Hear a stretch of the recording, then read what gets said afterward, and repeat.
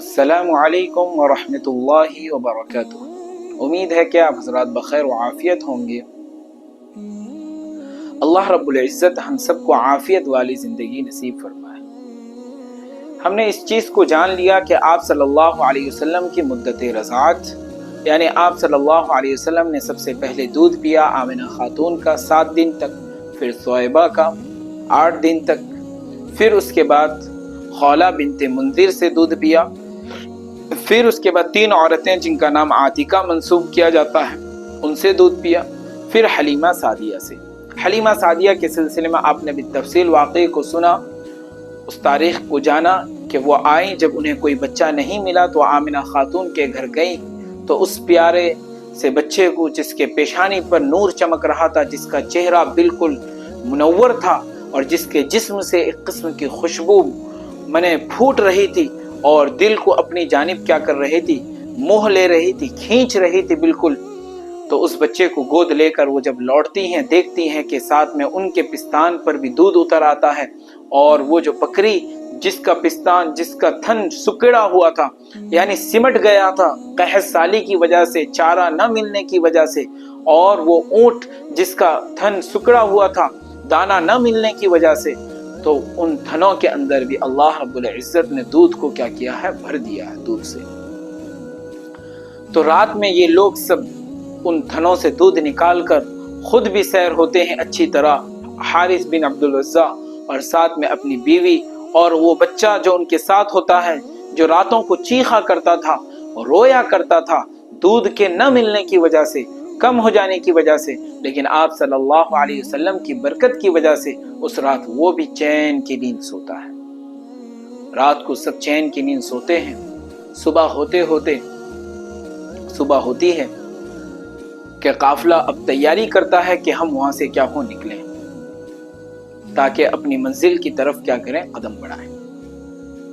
سب اپنی سواری تیار کرتے ہیں، اپنے بچوں کو گود لیتے ہیں جو لے ہوئے ہوتے ہیں ساتھ میں۔ تو حلیمہ سعدیہ بھی اپنے اس بچے کو گود میں لیتی ہیں جو خاتم الانبیاء رحمت للعالمین، دونوں جہاں کے لیے کامیابی کا ذریعہ ہوتا ہے اور اس جہالت میں ڈوبتی ہوئی دنیا کو صحیح راستہ دکھانے والا ہوتا ہے۔ تو اس بچے کو اپنے گود میں لیتی ہیں اور یہ سعادت اپنی قسمت کر لیتی ہیں، اور اللہ رب العزت نے ان کی تقدیر میں اس چیز کو لکھ رکھا تھا۔ وہ انہیں گود میں لے کر بیٹھتی ہیں اس سواری پر جو آتے وقت میں کئی چابک، یعنی چابک سے اسے مار مار کر چلایا جاتا تھا، یعنی گدھا، یعنی جس کو دراش گوز کہنے ہم ادباً، یعنی چابک مارا جاتا تھا اسے کہ چل کیوں نہیں رہا، بھوک سے نڈھال، کمزور، چل کیسے سکتا تھا۔ جتنی سواریاں تھیں، جتنی یعنی اس وقت کی سواریاں تھیں جو قافلے میں تھیں، سب سے پیچھے رہتا تھا وہ، تو بار بار اسے چابک مارنا پڑ رہا تھا تاکہ وہ آگے بڑھے، تیز چلے، لیکن لے کر بیٹھتے ہی اس کے اندر ایک تیز رفتاری آ جاتی ہے، اس کی کیفیت جو پہلے تھی ایک بدل جاتی ہے، اس کی شکل و شباہت کے اندر ایک تازگی آ جاتی ہے، اور وہ اپنے اندر ایک چستی پن اور ایک قوت محسوس کرتا ہے۔ جب یہ نکلتے ہیں قافلے سے، یعنی قافلہ جب وہاں سے کوچ کرتا ہے، تو حلیمہ سعدیہ دیکھتی ہیں کہ یہ سواری، یعنی جتنے قافلے والے ہوتے ہیں بلکہ بالکل اس کا برعکس ہو جاتا ہے، یعنی جتنا پیچھے تھا اس سے کئی گنا یہ سواری کیا ہو جاتا ہے، آگے نکل جاتا ہے،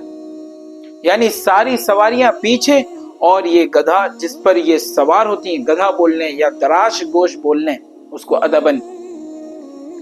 کہ وہ تمام سواریوں سے کیا ہے، بالکل آگے ہوتا ہے جتنی سواریاں ہوتی ہیں۔ تو دوسری جو سوار ہوتے ہیں، آئے ہوئے ہوتے ہیں، وہ کہتے ہیں کہ حلیمہ رکو، اتنا تیز کیسے، اور سب چونک جاتے ہیں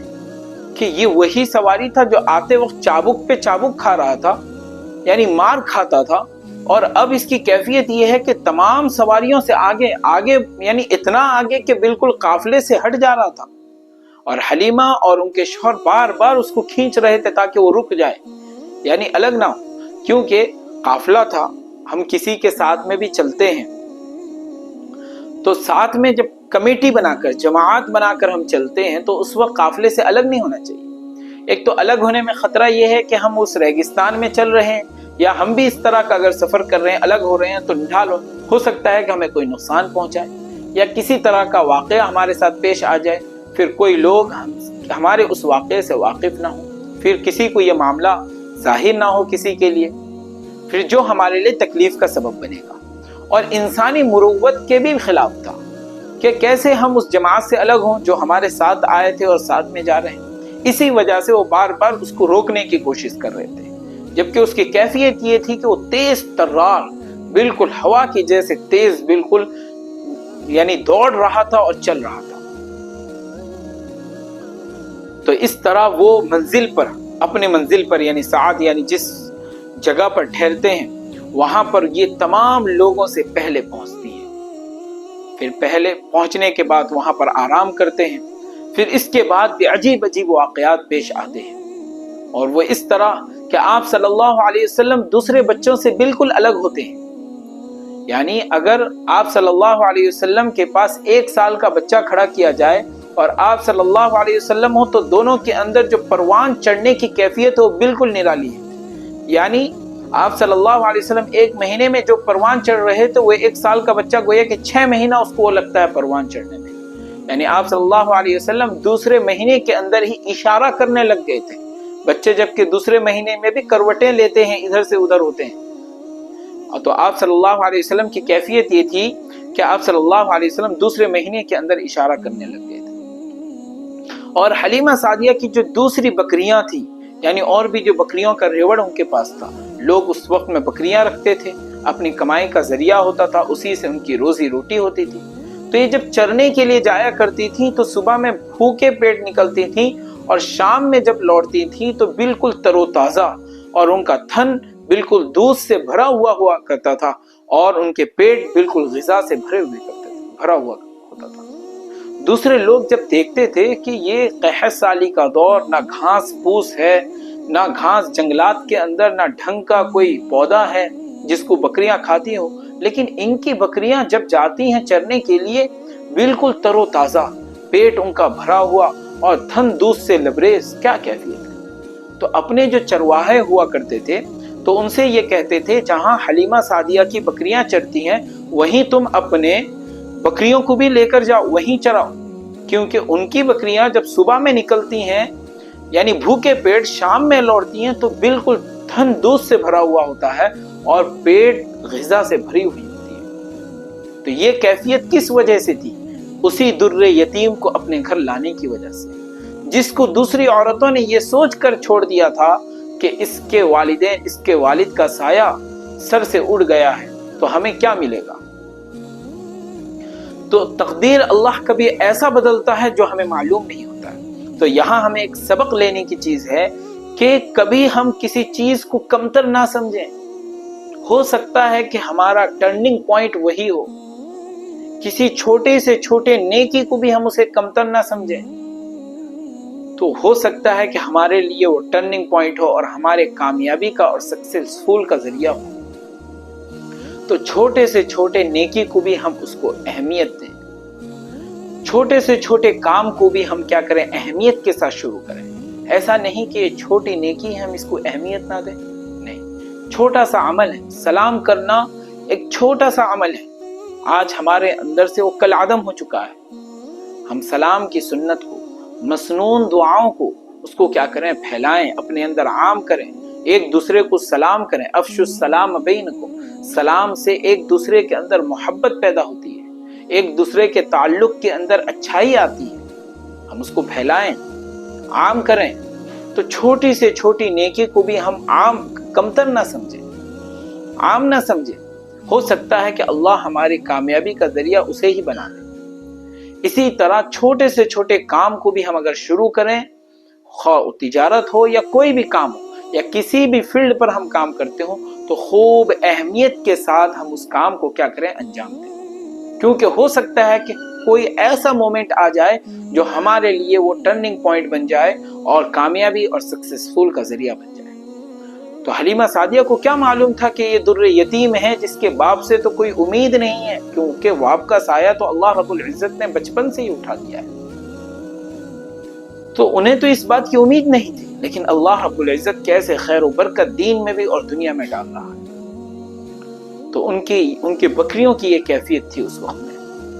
اور آپ صلی اللہ علیہ وسلم کے پروان چڑھنے کی یہ کیفیت تھی کہ دوسرے مہینے کے اندر آپ صلی اللہ علیہ وسلم اشارہ کرنے لگتے ہیں، اور تیسرے مہینے کے اندر آپ صلی اللہ علیہ وسلم کی یہ کیفیت ہوتی ہے کہ گھٹنوں کے بل، جبکہ بچے تب بھی بستر پہ ہوتے ہیں، آپ صلی اللہ علیہ وسلم گھٹنوں کے بل چلنا شروع کر دیتے ہیں، اور چوتھے مہینے کے اندر آپ صلی اللہ علیہ وسلم کی کیفیت ہوتی ہے کہ دیوار کو یعنی پکڑ کر ذرا ذرا سے اٹھنے لگتے ہیں، اور پانچویں مہینے کے اندر آپ صلی اللہ علیہ وسلم کی کیفیت ہوتی ہے کہ آپ صلی اللہ علیہ وسلم دیوار کو پکڑ کر چلنے لگتے ہیں، اور چھٹے مہینے کے اندر آپ کی چال کے اندر ایک رفتار آ جاتی ہے، اور ساتویں مہینے کے اندر آپ بالکل دوڑنے لگتے ہیں، آٹھویں مہینے کے اندر تو یہ کیفیت ہوتی ہے کہ آپ کے اندر ایک قسم کی گفتار یعنی بات چیت کی شروعات ہو جاتی ہے،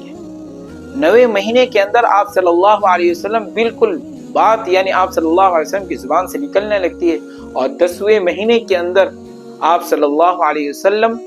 یعنی فصیح و بلیغ اچھے انداز سے بات کرنے لگتے ہیں، اور 11ویں مہینے کے اندر آپ صلی اللہ علیہ وسلم کی یہ کیفیت ہوتی ہے کہ لوگوں کو جواب بھی دینے لگتے ہیں،